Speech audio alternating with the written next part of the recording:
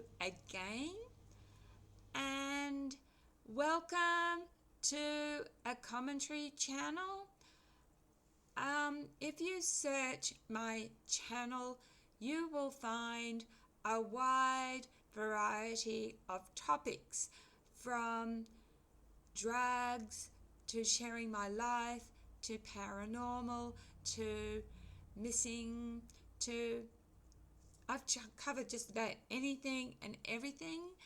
I'm very diverse. At the moment, I'm uploading the Nepalese Royal Family Massacre that occurred on their Good Friday. It was in June 2001. But there are several important points I forgot when sharing the story. When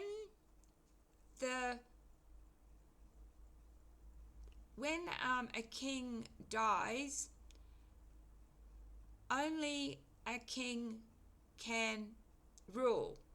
So it's not like England, like royalty in England, a king can rule or a queen can rule. But in Nepal, which is a Hindu country, the royal line goes down through the sons. So a daughter can't be a queen. They can only, they can be a queen because they can marry a king, but they can't be a ruler. I put that better. The other thing I forgot to share with you is that in my first video I said that when Queen Elizabeth, because she was alive at this time, because this occurred in 2001, Queen Elizabeth, as you know, only recently died a few years ago.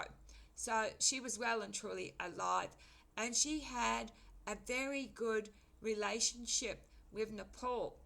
And the King of Nepal had cars that was from England, and he was also given some royal guard dogs, and they too came from the Queen, from England. And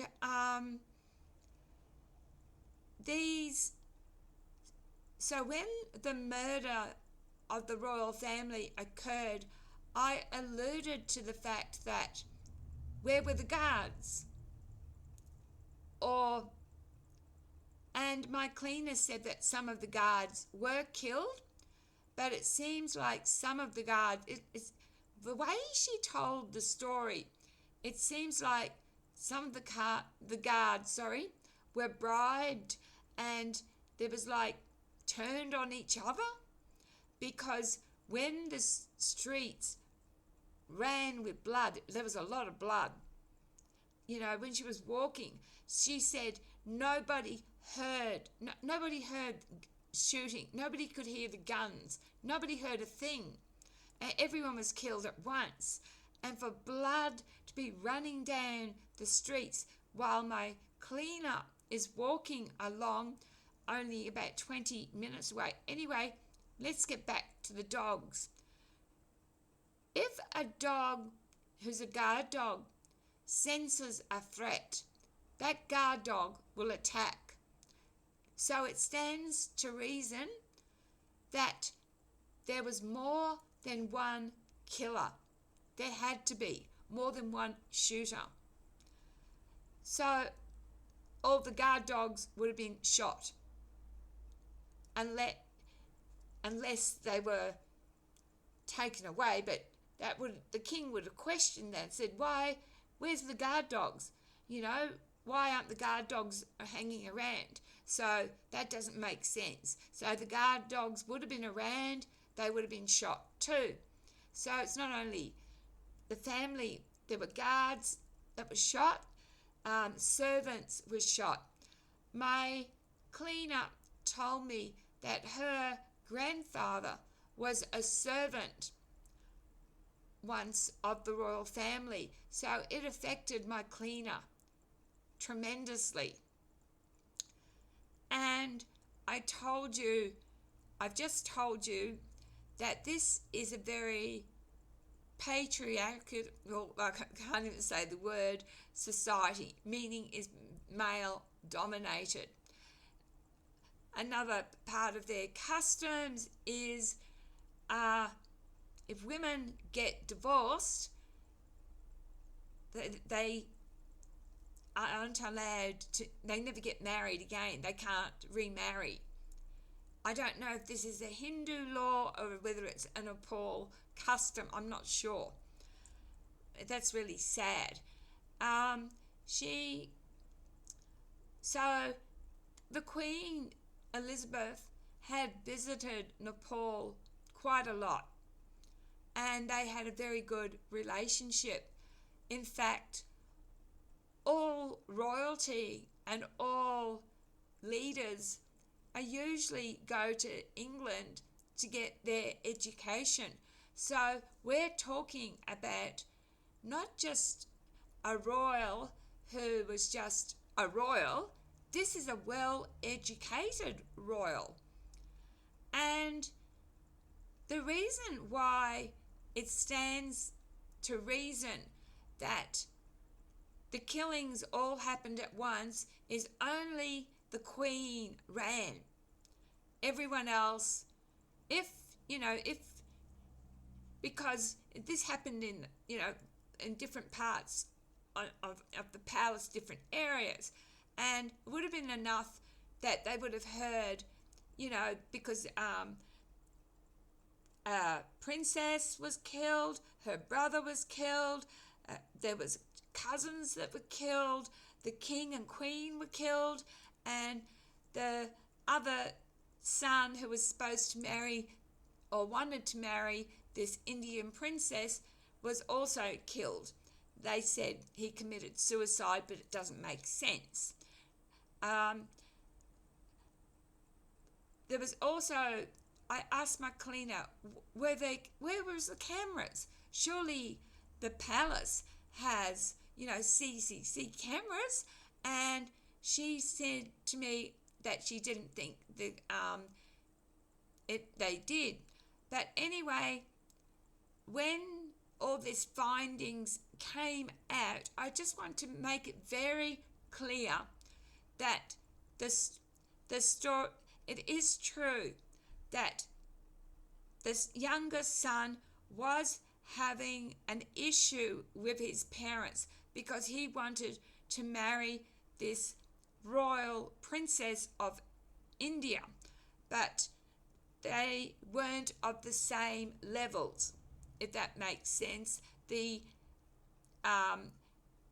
Queen of Nepal felt like he was lowering his standards, and she wanted to marry, someone from Nepal. And it was so when the people of Nepal revolted and said, we want to know what happened, and we don't quite believe the story that the youngest son did this, even though he had a motive to do it. We don't believe he could have done it because he was drunk. And how could someone drunk have done this? And anyway, apparently Scotland Yard wanted to investigate but was knocked back. To appease the people, the king's younger second brother made this narrative that it was the king's younger son because he wanted to marry this princess who, in his drunken rage, had shot the whole family. But as I explained, if you're in a room and you hear a gunshot, you'd run for your life. But none of the royals fought back. So there must have been more than one killer, and they must have happened almost simultaneously. And it's very convenient that the king's second younger brother was out of the region with his family somewhere else, when usually, when this particular night it was a royal family gathering. Why was he absent? Very convenient to be absent. Not only was he absent, his son and his daughter was absent. Did they know something? Did they know something that the royal family didn't know? So this is why when he became king, the Nepalese would not support it, and they went on strike. There were riots, and there was no TV, there was no internet. They had to be, the roads were quiet. They, at a certain time at night, it was like under martial law, they had to be inside their house. And I also said my cleaner was a young child, and she was walking with her aunt, and she saw this red floating or washing down in the gutters, and by the time it would have got to her, she said it would have been diluted because people would have been cleaning their house. So she saw, and was very traumatized, what she saw was the blood of the royals, and it was a lot of blood, so there's a lot of killings. So it wasn't just the royals that were killed, their dogs, these guard dogs would have been killed, guards were killed. The surviving guards won't tell what happened. They're too frightened. The Indian princess involved with the younger son, who reportedly committed this awful deed, went back, she was in India at the time, or went back to India to her family, and she's never said anything. At the time of the incident, when it happened, before it happened, that night she had actually talked on telephone to her lover, the prince, several times. They also stated that leading up to when this happened, the prince, who was accused of doing this, was in a very bad way mentally.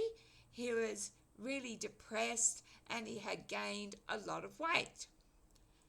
I really don't buy the fact that he had killed the royal family, because remember, he met this Indian princess 1988. So that's over 13 years later to kill his family. It also doesn't add up that why was there a quick, without any autopsy, just this quick cremation of his body. An autopsy would have proved whether he had alcohol and hashish in his blood. It would have proven his innocence, but it seems like it was hashed up. Very convenient story for the younger brother to blame this prince and this ongoing issue. And that's why at the time the people of Nepal would not accept him. And as I also said, they also believe India is involved. I don't know why, but Nepal has very poor relationship with India.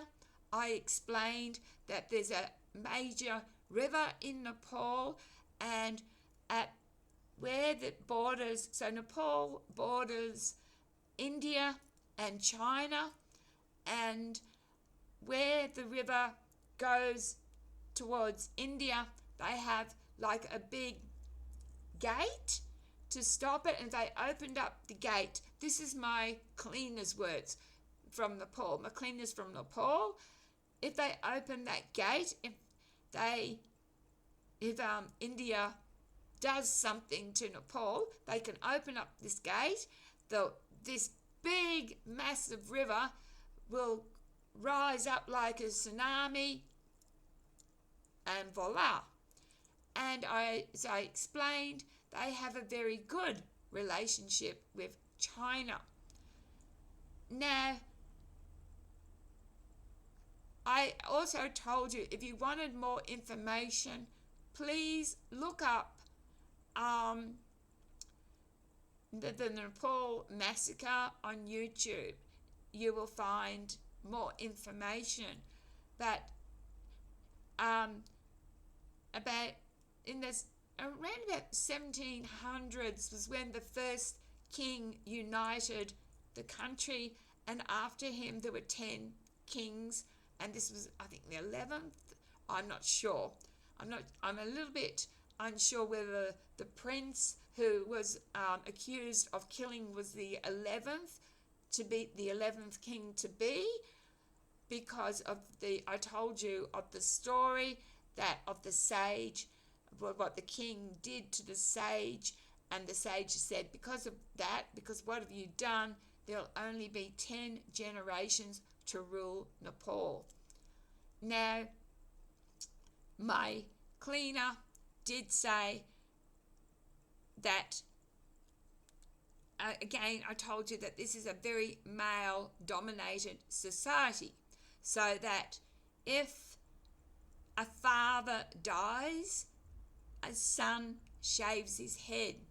If an uncle dies, the son his nephew, shaves his head. Any relative, the son, the males, all shave their head out of respect. So when the king died, the king who was their god, every male in Nepal shaved their head. And when the younger brother ascended the throne, the people were not happy. So after a few days, he gave it back. I don't know what the word is, but he gave it back. And so there's no more. And now it's a democratic country, but things are very bad. They've got worse. She said that an Australian dollar is about 82 rupee in Nepal. And as I told you, 24 years have passed, and the state of affairs, that she said that it's dirty politics. Now, even though the belief is the younger brother did it, they want royalty back. And but because it's a divided country, not all of them want this man, because this man was not loved like the king was loved. This man is a little bit harsher towards the people, a little bit more of a tyrant, but there's a belief that under royalty the country does better. Anyway, at the moment, after the royalty was all wiped out, so there were no sons to inherit, the younger brother could have inherited the throne, but the people opposed that. So, also, as I said, you have to take into account the Queen came from one clan, a royal clan, and the King came from one royal clan. And these clans were divided. They had history. They didn't like each other either. But I don't think that was the cause of the massacre, because the King and Queen were married. So it was like, the clans come together. King and Queen were married. The King and Queen were very loved by the people, and this is a very sad story. So I just wanted to share a few more points of the customs of Nepal. Nepal is a very lovely country, and the climate Kathmandu, the capital of Nepal, is my cleaner said it's not too cold, it's not too hot. They don't get snow. One part of the country of Nepal gets snow, and the other part, I think she said the west, is hot. But where she is in Kathmandu is just right. And there you are. So I've explained a bit about the customs where it's very patriarchal. I told you that a divorced woman cannot remarry, but a divorced man can. Okay, so let me know in the comments if you know. I've never visited Nepal, but if you have, let me know. I'd love to go to Nepal. It looks like a very beautiful country. And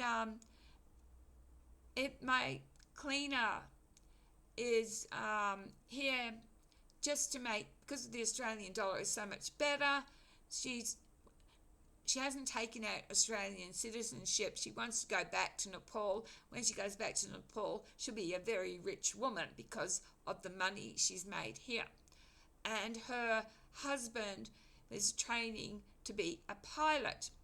But because he has psoriasis, he got knocked back. He can't be a pilot. So now he's still at uni and he's training to be, is still in the industry, but more a technical. I think it's more an engineer. That's the word. He's an engineer. My cleaner is a very beautiful looking girl. They are very beautiful. The women of Nepal, very beautiful. And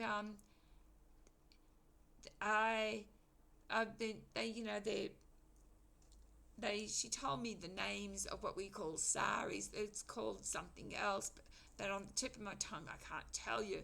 I'll tell you another day a few more things, as it's very fascinating being a Westerner to learn of others' cultures, and we should embrace other people's cultures and other people's ideas, because we are all humans. We are all created from the same source. We are just playing different games. So with that, please do not judge another. Please be tolerant and kind with one another. Love, light and blessings. And I hope you've enjoyed part 2. And I will not be back for a little while. As I told you, it's very time consuming just to get one view or 2 views. It's not worth it to me to do it. All right, have a good weekend. And for those of you still celebrating who are a day behind Australia, happy Valentine's Day to you. To love. Bye.